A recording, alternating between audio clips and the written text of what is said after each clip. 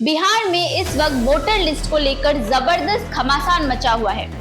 एक तरफ है विपक्षी इंडिया संगठन जो इसे लोकतंत्र के खिलाफ साजिश बता रही है, तो दूसरी तरफ है चुनाव आयोग जो अपने फैसले पर अडिग है। क्या बिहार विधानसभा चुनाव से पहले 2 करोड़ वोटर लिस्ट से बाहर हो सकते हैं?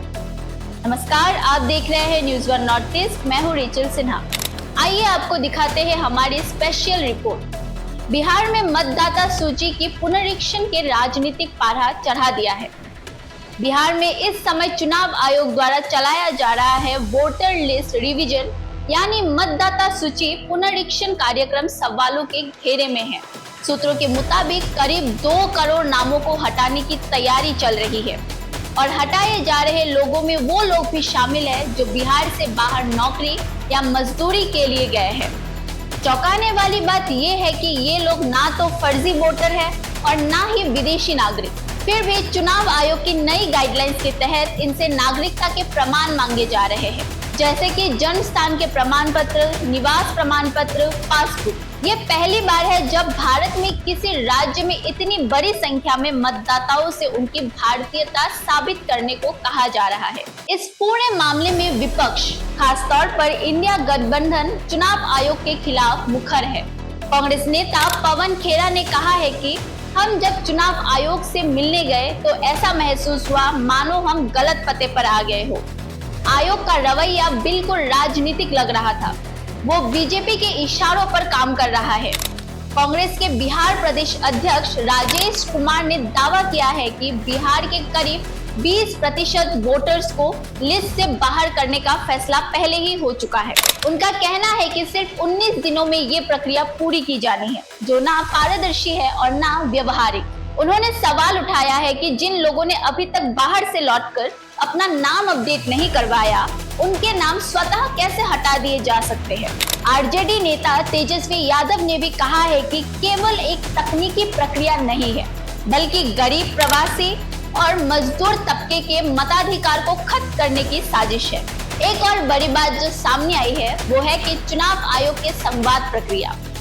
अब आयोग केवल राजनीतिक दलों के राष्ट्रीय अध्यक्ष से ही संवाद करेगा। इसका सीधा मतलब ये है कि राज्य स्तर के नेताओं या प्रवक्ताओं की बात को अनसुनी की जाएगी, चाहे मामला राज्य चुनाव का ही क्यों ना हो। साथ ही वोटिंग से जुड़े वीडियो फुटेज भी अब केवल 45 दिनों तक ही उपलब्ध रहेंगे। यानी अगर कोई मतदाता अनियमितता की शिकायत बाद में करता है तो उसके पास कोई डिजिटल सबूत नहीं होगा। इसके अलावा महाराष्ट्र में हुए चुनाव में 5 बजे के बाद अचानक वोटिंग प्रतिशत बढ़ गया था, जिस पर चुनाव आयोग आज तक जवाब नहीं दे सका। बिहार में एक बड़ा तबका ऐसा है जो रोजगार के लिए राज्य से बाहर चला जाता है। सांख्यिकीय आंकड़ों में माने तो 22% से ज्यादा लोग बिहार से दिल्ली, पंजाब, महाराष्ट्र और गुजरात जैसे राज्यों में काम करते हैं। ऐसे में सवाल उठता है कि क्या ये सभी अब मतदाता नहीं रहेंगे? क्या प्रवासी बिहारी अपना वोटिंग हक खो देंगे? चुनाव आयोग का ये तर्क है कि वो लोग अब बिहार में नहीं रहते, इसलिए उनके नाम हटाए जाएंगे। संविधान की भावना के खिलाफ माना जा रहा है इस कदम को, क्योंकि स्थायी निवास के बावजूद कोई व्यक्ति अगर अस्थायी तौर पर बाहर है तो वो वोटिंग अधिकार नहीं खो सकता। इस पूरी प्रक्रिया ने लोकतंत्र की नींव पर ही सवाल खड़े कर दिए हैं। क्या भारत में अब वोट डालने से पहले नागरिकता साबित करनी होगी? क्या यह प्रक्रिया एनआरसी जैसे मॉडल की तरफ एक नया कदम है, जहां देश में आम नागरिक को भी खुद को भारतीय साबित करना पड़े? विपक्षी दल इस मुद्दे को लेकर अदालत का रुख भी कर सकते हैं और आने वाले समय में बिहार चुनाव के यह सबसे बड़ा मुद्दा बन सकता है। तो साफ है कि बिहार चुनाव से पहले ही एक गहरा राजनीतिक संकट पैदा हो गया है। वोटिंग लिस्ट से 2 करोड़ नामों को हटाने का ये प्रयास न सिर्फ तकनीकी तौर पर अव्यवहारिक है, बल्कि लोकतांत्रिक अधिकारों के लिए भी खतरनाक साबित हो सकता है। क्या चुनाव आयोग इस पर पुनर्विचार करेगा?